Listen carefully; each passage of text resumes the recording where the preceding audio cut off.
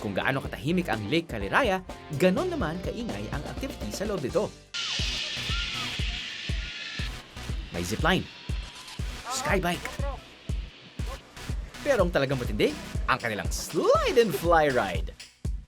Sa halagang 300 pesos, may sakit ng katawan ka na, high-flying slide ka na, mag-aala dolphin ka pa sa pagsisid sa swimming pool. Yun! Ganun daw dapat, sabi ni Kuya. Di ba? Kali ka na dito, alam ko naman. Pawisan ako naman namin. Ay, alam ko naman. Pawisan ako. Hindi, alam ko naman talaga excited na excited kayo, lalo na kapag may mga ganyan. Kayo yung unang gustong sumabak, hindi ako. Di ba? O ngayon, binibigyan ko kayo ng pagkakataon. Nakita niyo naman si Kuya. Hindi pa pinakain ng galunggong, para galaw niya dolphin. Galawang dolphini. Di ba? Sanay na yun eh. Oo nga, kung minsan talagang kailangan, someone has to start from somewhere. So, Okay. kailangan niyo ba ng galunggong? Hindi na. Hindi na. Kaya namin yan, Sam. Alright. Kakain na kami. Good luck. Ako'y mag-shoot ako sa'yo underwater, ha? Para sa footage. Ako na gagawa ng trabaho niyo. Viajeros, ako ang kinakabahan para sa kanila. Hindi biro ang 86-foot slide pababa. To top it all off, rarampa ka pa 18 feet under the pool.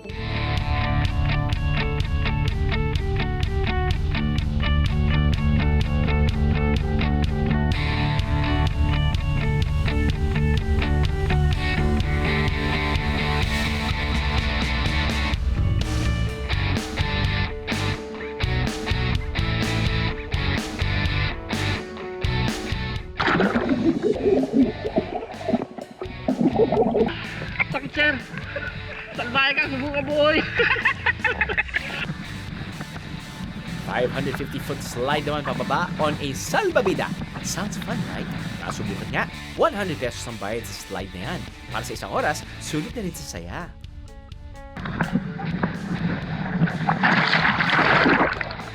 Ayos. Actually, it's not my first time to try out this slide. Pero each and every time, sobrang saya. Kailangan lang talagang maghawak ka sa handle ng salbabida and just let it fly.